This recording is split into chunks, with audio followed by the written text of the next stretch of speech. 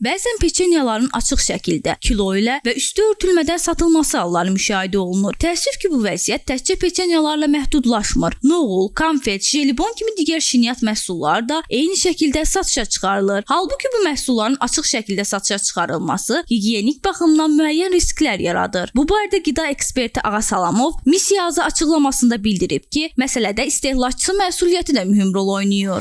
Sağlamlığını düşünən, sağlamlığına qarşı məsuliyyətli olan istehlakçı varsa, o gəlib onları almayacaq. Yox, əgər o özün fikirləşmir, virus fikirləşmir ki, məsələn, hava damcılığı yoluna gələn. Misal üçün da mən asqırıram, gəlir hopur o şirniyyatların üstünə, peçenyaların üstünə, jelibonların üstünə və üstə açıq olan hər şey. Az ki, yuyulmur. Məsələn, o qidalardan gedir, yuyulmayan qidalar. Ağa Salamovun sözlərinə görə kartof, soğan, xiyar və pomidor kimi məhsullar açıq satılsa belə ev şəraitində yuyulması və qabığının soyulması mümkündür. Lakin şirniyyat məhsulları üçün bu mümkün deyil. Bu səbəbdən çarpaz çirklənmə, əllə təmas və ya hava damcı yolu ilə yoluxma ehtimalı artır. Bu yoluxmaların ən yüngülü rotavirus, daha ağır hallarda isə qrip, pnevmoniya kimi xəstəliklər ola bilər. Ona görə də istehlakçılar diqqətli olmalıdırlar. İstehsalçılara gəlincə, istehsalçılar onu qablaşdırılıb satsa daha məqsədə uyğundur. Əgər açıq satırlarsa, üzərində örtü olmalıdır. Hava damcı yolla gələn virus bakteriyaların qarşısını almaq lazımdır. Tozun, burada fiziki çirklənmədə təkcə bioloji çirklənmə deyil, fiziki çirklənmədən söhbət gedir. Havada uçan milçək gəlib düşməsin ora, toz gəlib düşməsin ora.